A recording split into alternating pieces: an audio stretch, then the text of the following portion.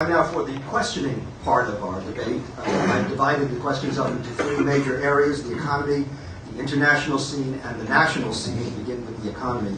I promise this will be the longest question of the afternoon from me. We have asked our audience to turn off their Blackberries and their phones, so good luck. No one knows what theoretically, no one knows where the Dow stands at the moment. But regardless, even if it's off, in today's New York Times, columnist David Brooks writes, "Most economists say there is a broader economic crisis still to come. The unemployment rate will shoot upward. Companies will go bankrupt. Commercial real estate values will decline. Credit card defaults will rise. The nonprofit sector will be hammered." Is this your view of our future? And what should we do to respond to this current crisis? Shays, begin. Well, first off, our economy is in crisis. So is our national energy policy. And so is our national security. They all come together.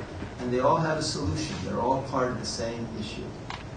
For instance, we went into this with incredibly high energy costs. $700 billion being transferred overseas. I would think that would say to all of us that we have to do something different. And one of the things we have to do different is not only do we need to make sure that we are conserving, which is a bill that Congress passed modeled after Reese Hinchy's on my bill that we put in 3 years ago, to get cars to have higher standards, which we've done, to have renewable energy, which we are doing, to make sure that we are increasing,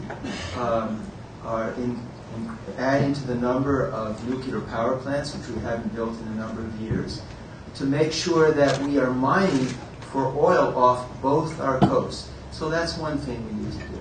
I think we have taken wise action with increasing the liquidity by the $700 billion that Congress has taken action on, working on the capital side by helping to build up banks.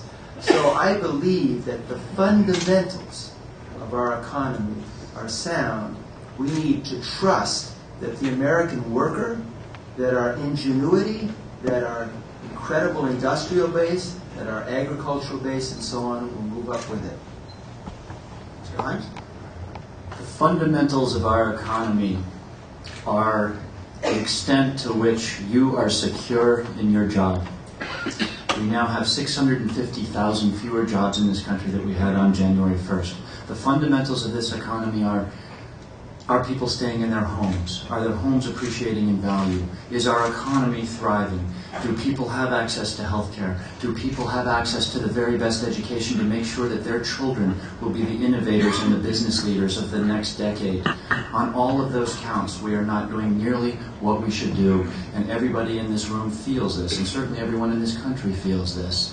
The first thing we do is we acknowledge the problem. My opponent said, and he said it again today, that the fundamentals are strong. That's just not true.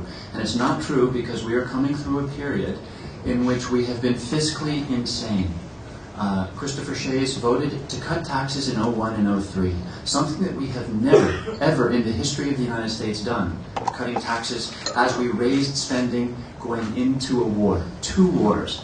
And as such, we're saddled with a $10 trillion national debt. That matters. So now we need to rebuild this economy. We need to give our middle-class families money in their pockets. We need to encourage them to save.